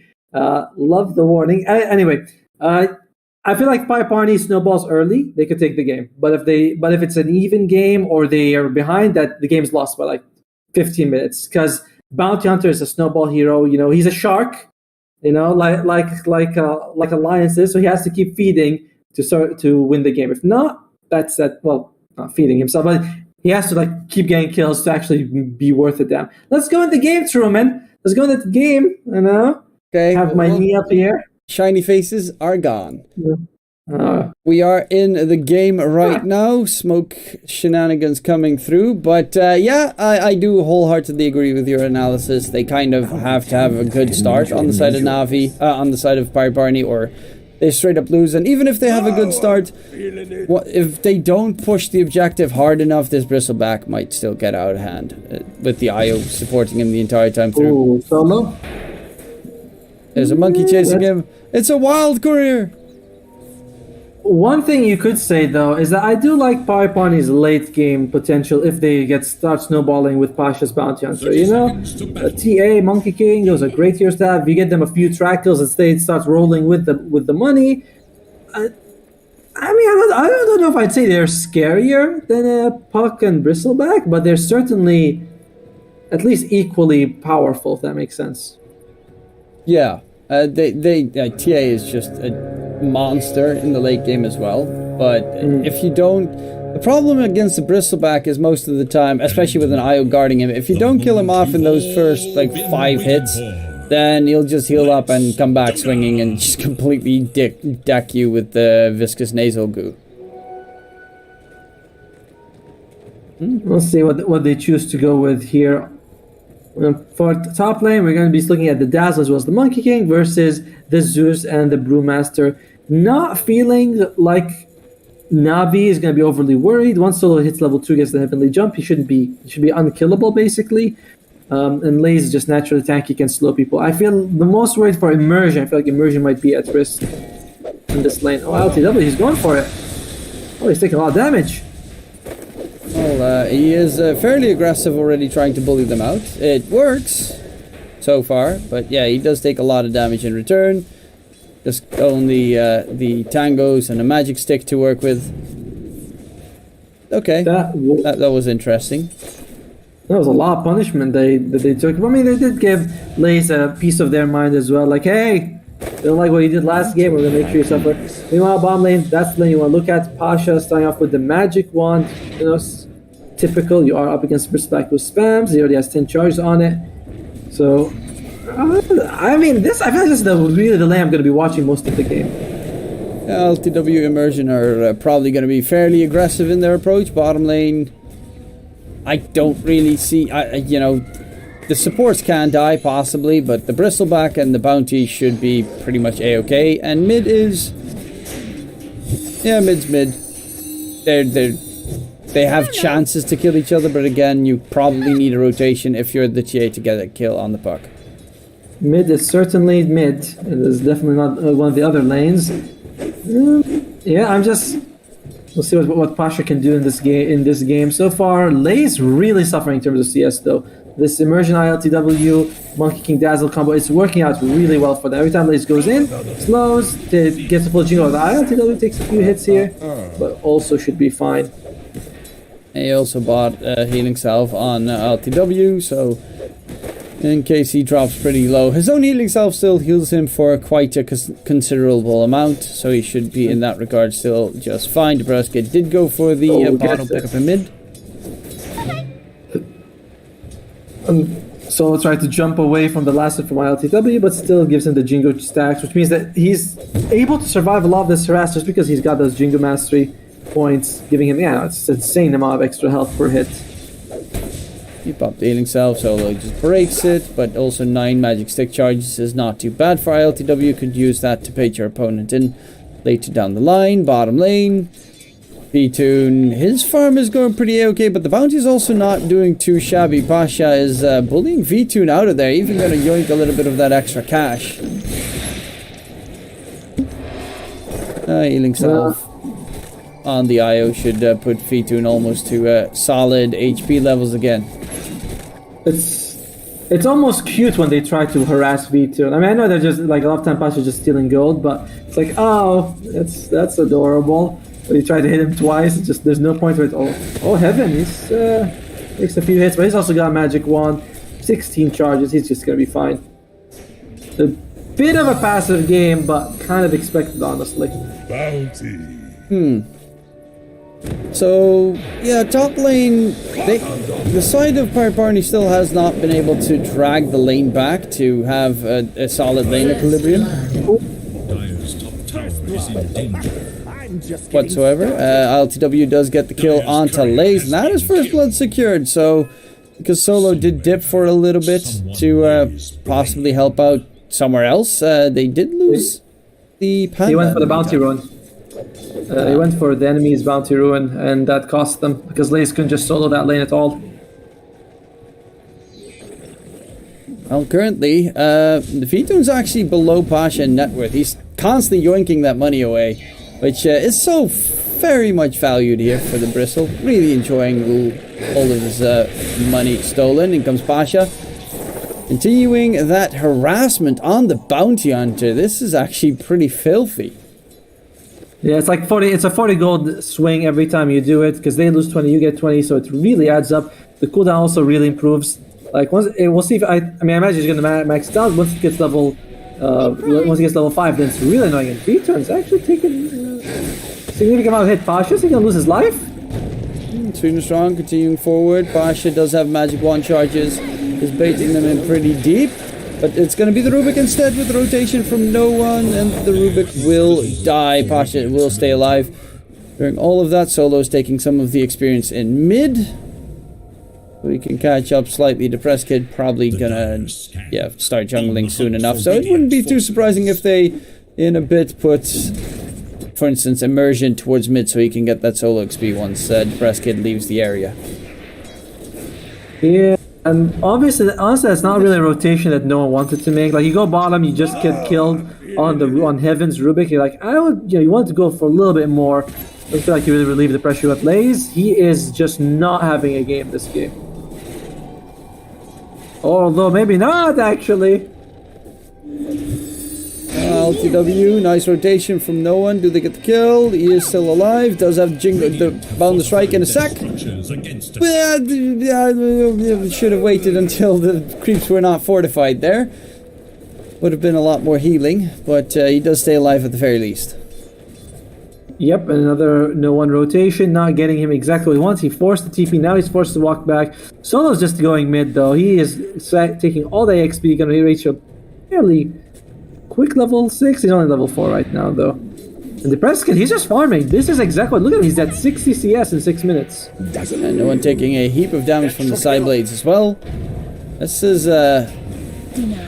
This is kind of a situation where mid laner wants to really help out the side lanes because the side lanes are both struggling, or were struggling. Yes. The bottom lane does definitely help that rotation, but top lane Lace is just really having a very rough time of it.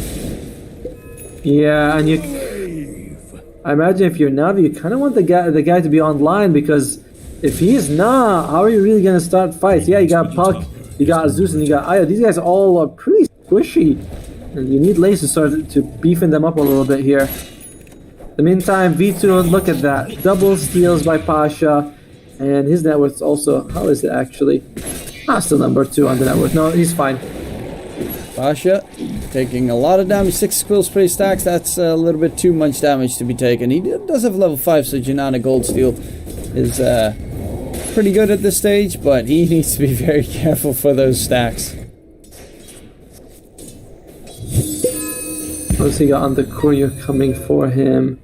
It looks like he's just going to go for a hood on the bounty hunter. Bounty hunter does have a pretty obscene amount of early armor, so he's like, alright, might as well just work with that.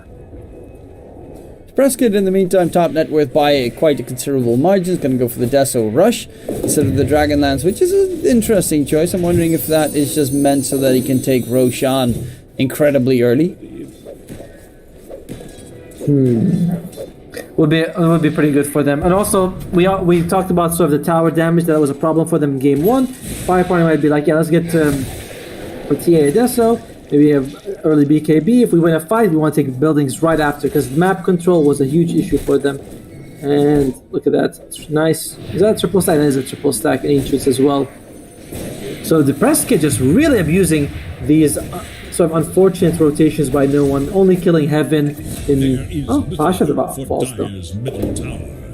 Yeah, no one kind of wants to... yeah, Pasha does get taken down in the bottom lane, but no one wants to go for the Press Kid, relocate, play in towards mid. They need the Dazzle there. They need actually a lot more than just the Dazzle there. They are going to rotate with the supports. There's a Shallow Grave as well. The Press Kid does stay alive just barely, but how much longer can he stay living? Press Kid getting himself back, and there's again the Fraction charge is coming through. Will be just fine and dandy. Good rotation from the supports. There was a relocate used in the process, but V-Tune, is he actually going to try and steal the Ancients? No, that would just be probably suicide. I mean, that was a relocate, a dream coil, and PARNI lost nothing except this. Like that, that's pretty good. Pretty good. I mean, PARNI, this game is looking. It's not even this in their favor right now.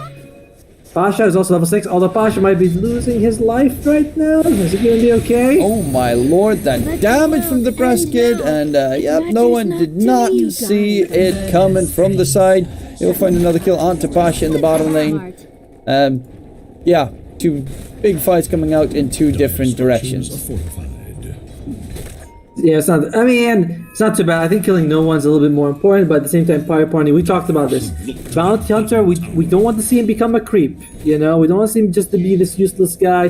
He needs to really be ahead, start pulling his weight. Bottom tower is under attack. I'm wondering what LTW is built. He's going for Mage Slayer first item. Okay, I guess they have a lot of magic damage. Doesn't mean that he does no damage either. Well, it says spell damage, so I believe it also works on bristleback bristles, doesn't it? Because they are spelled. Yeah, but I don't know, because it technically also is a debuff that you get, so does that still count as spell damage? Oh, Pasha.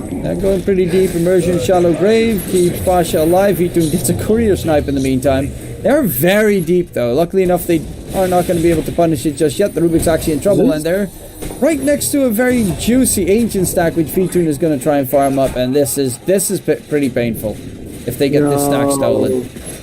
This is unfortunate. And Immersion, he smoked up. I mean, what are you going to really do as a Dazzle? I guess he's soaking up some EXP, which is nice, but you know, that's not what you want. You want it to all to go to the poor depressed kid. No wonder. That's why his name is that. Makes sense. Definitely depressed kid right now. All of his juicy stacks have been stolen away. And with that, V-Tune gets a lot of money. And that was the one thing that they needed to deny. They needed to make sure that V-Tune doesn't get that. Ags at a pretty good timing. Well, they can't really stop it at this stage. They just gave him all those easy stacks to farm up. Yeah, it was a big risk to stack it like that and not take the moment you could. Immersion is gonna be probably okay, or is he? Trying to piggy himself out of there, but Bresket is going to be the one that's chased down with the Brucelet on top. Shallow Grave not going to be able to get costed in time, bound the strike onto a multitude of enemies. The Rubik does steal the coil, but he's going to get stunned up. Does he get it off? Yes, he does. Snap the coil onto V2, chasing for more lift up, drag back. No, there's too much healing. Too tanky. He's going to jump in. In goes Pasha. This is all track gold coming through. No one is out of mana as well. He has nothing. They will lose the dazzle, but no one cannot disengage any further. Pasha with the track, hunting him down. It is no one in a world of hurt. Bound the strike. He's trying to bait out the dodge, and it's... well, he does dodge it at the very least, but another track gold kill coming in. That's a lot of money for the bounty. That was as well an extra 390 for him, 120 per ally who was around. That is actually a huge amount of gold. You can see that's insane. That is insane. They needed that. I was beginning to worry that Navi was just gonna run through them, run them all over the map, take all the T1s. They did get the mid lane though. And they got bottom as well. Looks like they might posture top. So PARNI, you're still not ahead. You're still in a pretty bad spot considering everything. Although... even I like it. Late, have a fight here. They're going to go in for the bristleback kill. He is very tanky, but the relocate saves him. No one is here. Has the dream call, gets it off. And Rubik steals Arc Lightning level 1. That's not really the spell that you want to steal. Go! Zap away at the 0 damage being taken at Radiant side. Press Kid now, the next one in trouble, and that should just be both the cores falling. Nothing much more that they can do to keep them alive. Immersion might just be a third one. You should have kind of dipped ages ago, because Save Your Buddy Syndrome is still very alive in this team. But look, they're all tracked, man. That is very useful to have, and this is the issue why we don't see Bounty Hunter picked more often. Very snowball hero, and currently he's kind of trying to roll a snowball up a cliff. Gonna go for no one, gets a hit off. That's nice. Well, he does get silenced, and he is dead. So that's pretty nice. Yes, you are very correct. That was very nice, sir. That was much nicer than we thought. At level 4, Waning Rift stolen, so a nice 3.5 second silence against the puck.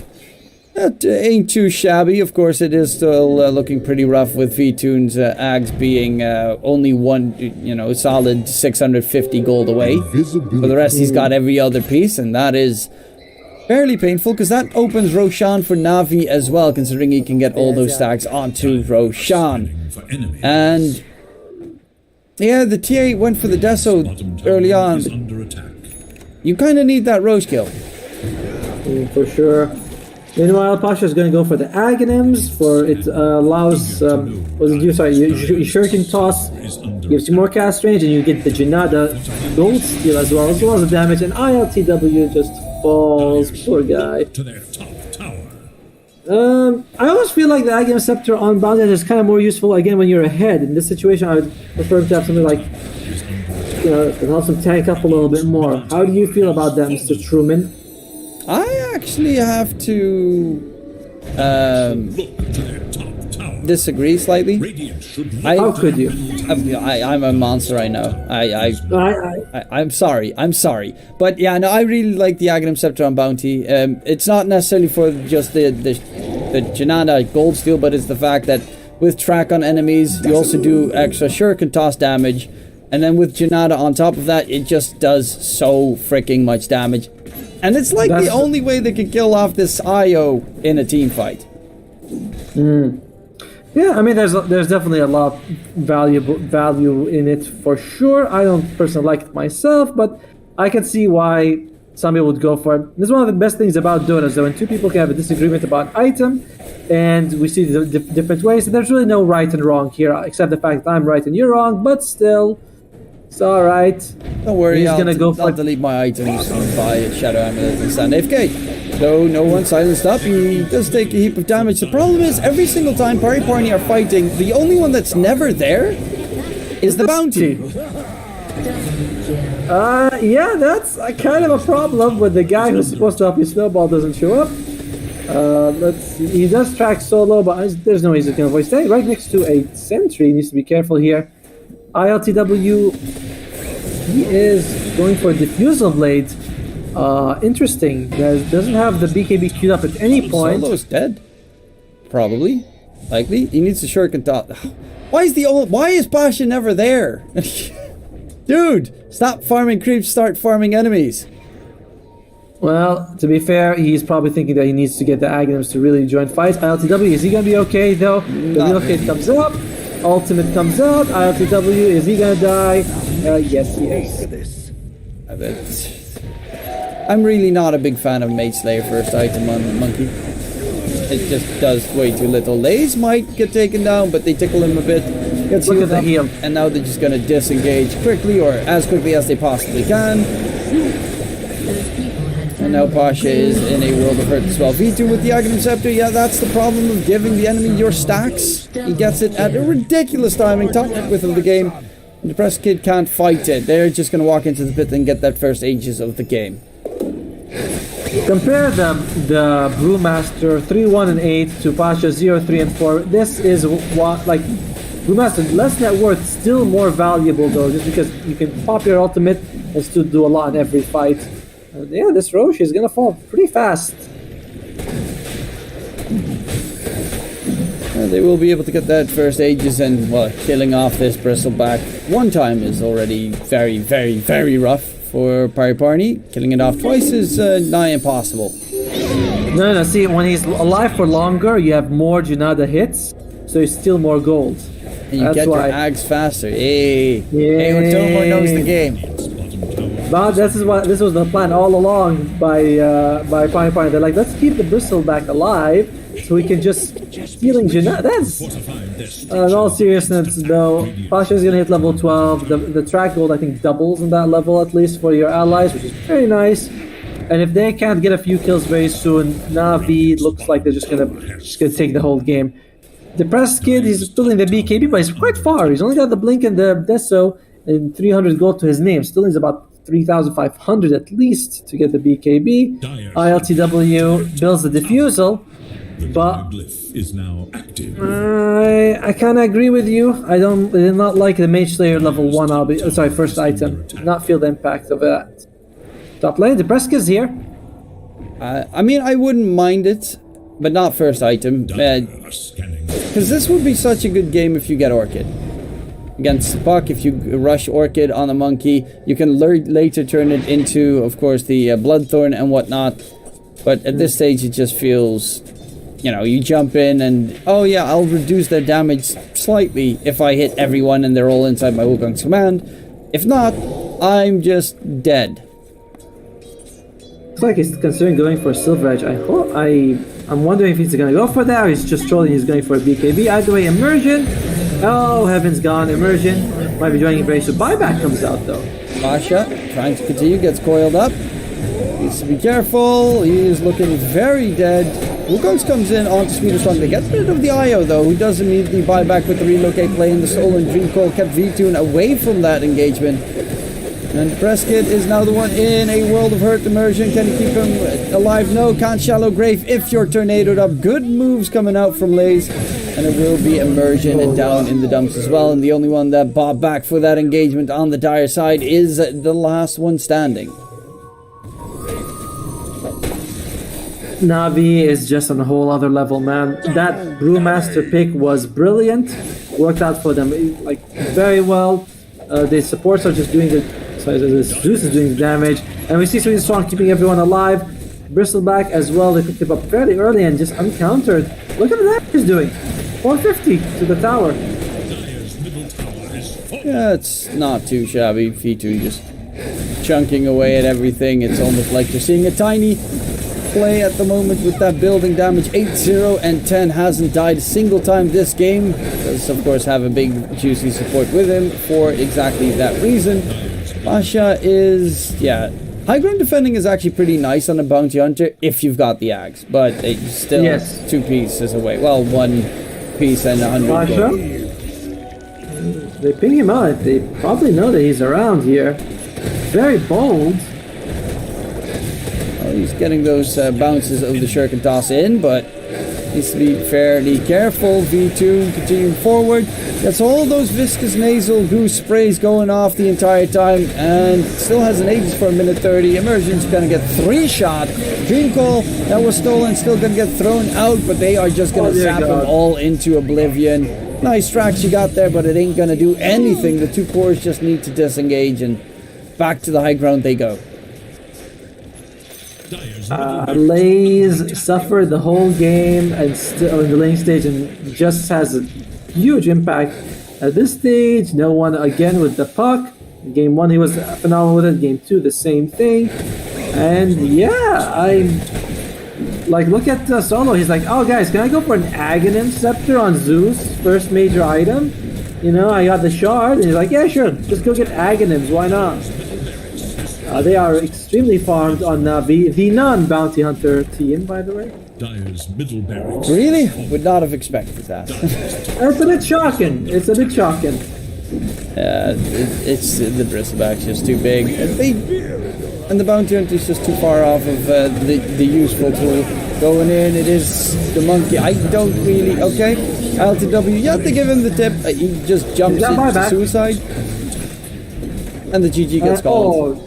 Yeah, it's a bit of a whimper in game 2, but honestly, 5 points. They went for a very, you know, either we win this very early or we're just gonna lose the whole game equally quickly. Basically, they had to snowball hard, and they couldn't. This bottom lane bristleback, the stack stealing was insane. That was a huge factor for him, and I mean, they tried to zone. They zone out Lace, just didn't matter. Depressed kid tried to farm, but the stacks all went to the enemy side.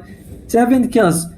I think 3 of them were track kills, which is nice. But I mean, you needed like 17 more track kills in this game. Yeah, the early stage was pretty good and very compelling. They kept V2 down for a little bit, but pretty much the moment they lost those stacks, everything went out of control in favor of Navi. And you can definitely see why they are in contention for the top team in Eastern Europe. Hell, the top team in Europe right now, considering they will be facing off against, if I'm not mistaken, a European team next. I think it's going to be Gaming Gladiators. Yeah, they won 2-0, so I think the next game is going to be Gaming Gladiators versus Navi, which is a super heavy-duty matchup, and I'm looking very much forward to it. But Tomo, I would like to very much thank you for joining me on very short notice as well, considering we had some scheduling issues. Always happy to have you on the co-caster seat. Thank you, guys. Yeah, originally it was supposed to be someone else, but then they were like, "Hey, are you free in an hour? Yeah, are you free in an hour?" And I was like, "I guess so. I have no life, so I'll come to you guys." And yeah, it was great to cast it. It was very impressive to see Navi play. You know, like PARI, they put up as good a show as they could, and the drafting was a little bit weird in both games. You know, the Pudge carry came out, was fine. Game 2, we saw the Bounty Hunter. It was flavorful. But Navi, they are on another level. Like, they looked very impressive, and we'll see if they can take this all the way. Yep. We will be going towards break. I think a pretty lengthy break on this channel. I think, if I'm not mistaken, the next matches will start at 7 p.m. CEST, which is 2.5 hours. Okay, that's a pretty long break. Yeah, 2.5 hour break for the next series. Hopefully you all enjoyed the show. We'll be back. I'll be back. I don't know. Are you casting in the next series as well? We'll see. They'll tell me half an hour before it starts. Hopefully you all enjoyed the show. At the very least, we'll be back for more. We'll see you then. Goodbye. And in case we don't see you, good afternoon, good evening, and good night.